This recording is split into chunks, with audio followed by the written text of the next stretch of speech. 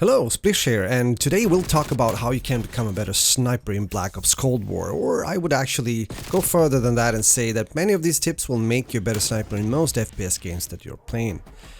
This will be a mini-series of 2 videos or episodes where I'll talk about aim and sensitivity in the first video, this one, and then movement and placement in the second one. In this first episode I'll focus on aim, which is a key factor in all shooter games no matter what gun you're using. Before we go into the essentials of aiming and how you can practice and improve your aim, we also need to talk about sensitivity.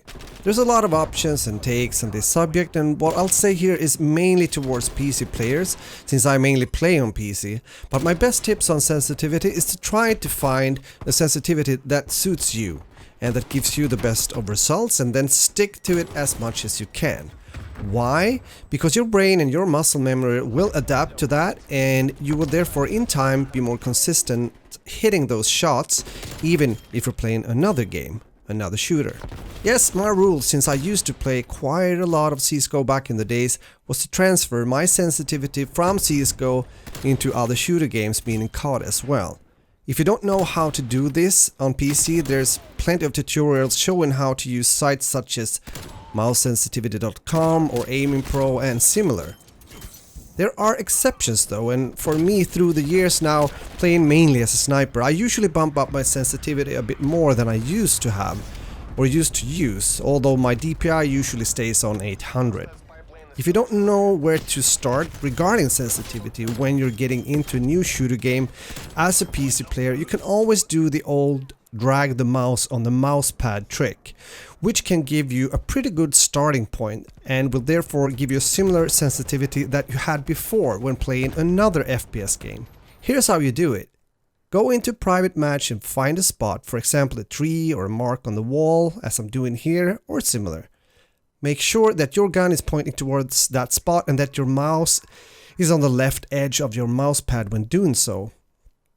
Now move your mouse towards the right side of the mouse pad. When the mouse meets the edge of the mouse pad, you should have performed a 360 and your gun should once again point towards that spot where you started. If you've already passed it, starting another turn, it means that your sensitivity might be too high. If you, on the other hand, wasn't able to complete the 360 not reaching the starting point, it means that your sensitivity is too low. Again, this is one way of trying to be consistent with your mouse sensitivity, moving between different games. But if you have an extremely large mouse mat, which is, very popular and often the case nowadays, this might not work for you. If you're a console player, these kind of techniques are harder to use, but again, the more you play on the same sensitivity, the easier it will be to transfer that hard-earned aim into other games as well. So now we're getting into the fun part, how to actually improve your aim. Well, as a former CSGO player, I want to advise you to take advantage of the different aim maps that are available in the community. Many of them are both a good and fun way to improve your aim. You can also buy an aiming program or game such as Kovac 2.0 on Steam, which not only helps you to improve your aim, but it can also serve as a great warm-up before getting into an actual multiplayer game. I also think it's needless to say here that this kind of training will improve your aim on any gun that you're using.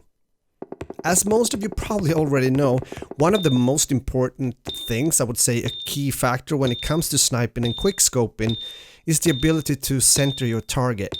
This is actually the key to be able to become more consistent hitting those shots before the enemy shoots you. What it simply means is that you need to get your enemy in the center of your screen before you're zooming in and take your shot. In order to do this, you have to start to become more aware of the small dot that you'll find in the center of the screen when playing as a sniper in Black Ops Cold War. In a period of time, you might want to use an old trick to achieve that I used myself back in the days when I started out quickscoping in COD 4 and Modern Warfare 2.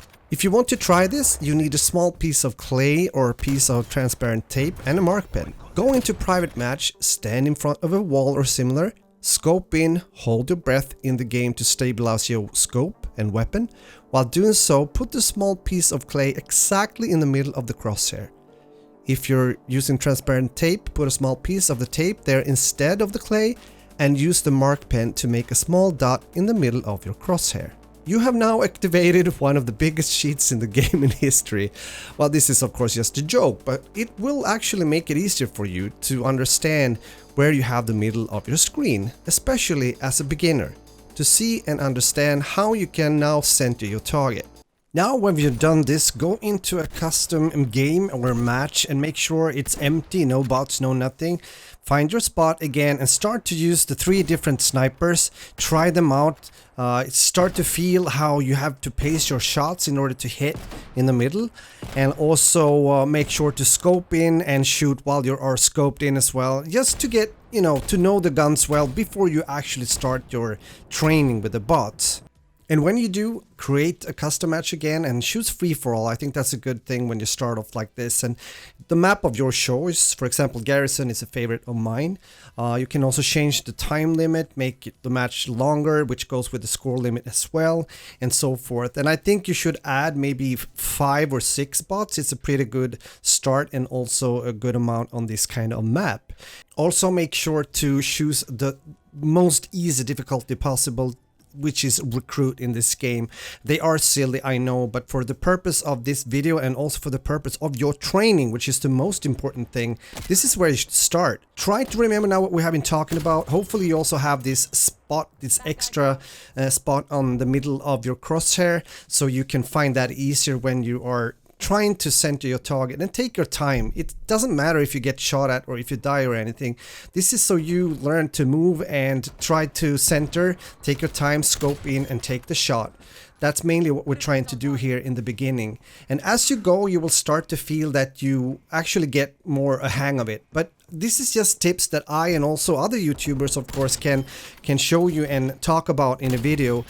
Meaning giving you the tools possible, and then you just have to do the dirty work yourself. Yes, you will have to grind quite some time to start to become better, but when you do, you can also turn up the difficulty, which I am doing here towards the end of the training, you might say.